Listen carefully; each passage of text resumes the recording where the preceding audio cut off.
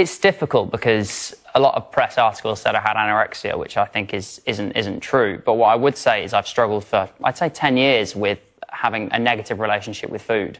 And at the start, I didn't really realise just how severe it was, and it began to fester. And I was at a point where every moment of the day was my thoughts were consumed by what am I eating, when am I eating, because I got it into my head thinking that not eating was a good thing for my health, because I wanted to be really lean, muscly guy, and I thought the only way to do that was eat loads and loads and loads of protein powder, but then nothing else. And it built up to a point where I realised that my life was being controlled by thinking of food.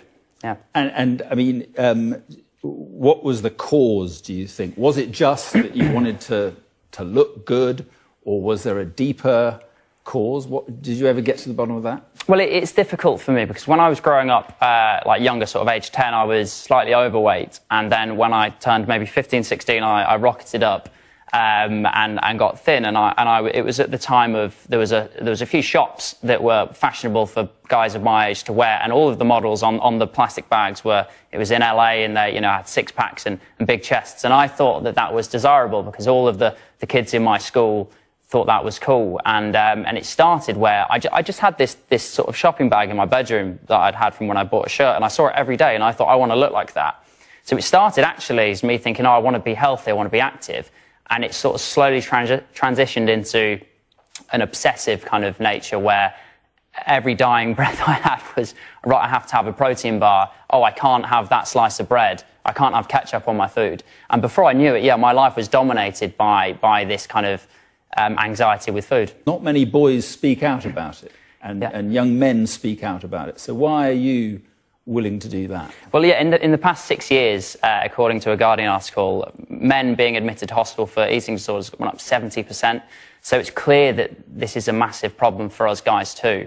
And a lot of us men find it quite difficult to talk about that because you're very vulnerable in that position, and I think showing that vulnerability some men presume to be embarrassing. So I'm trying my best to shed some light on my personal experience with this in the hope that other people do the same. And a lot of us guys go to the gym and we scroll through Instagram and see bodybuilders and think that's great.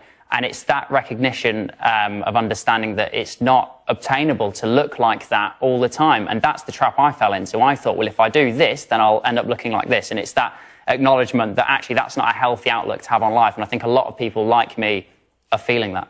And do you still have a problem with food, would you say? It's ongoing, and it's been probably 10 years I've been dealing with this, and every day is a constant battle for me. I've still got a long way to go. We did a photo shoot yesterday for the band's new album, and there was like a thing of chocolates there, and all the boys would just pick them and have them as the day went, but I wouldn't let myself do that because I know that if I had a handful of them, I'd be beating myself up for the rest of the afternoon. And it sounds so strange saying it, but I don't have moderation in my life. So it shows that there clearly is still a problem for me that I'm trying to address and solve, I suppose.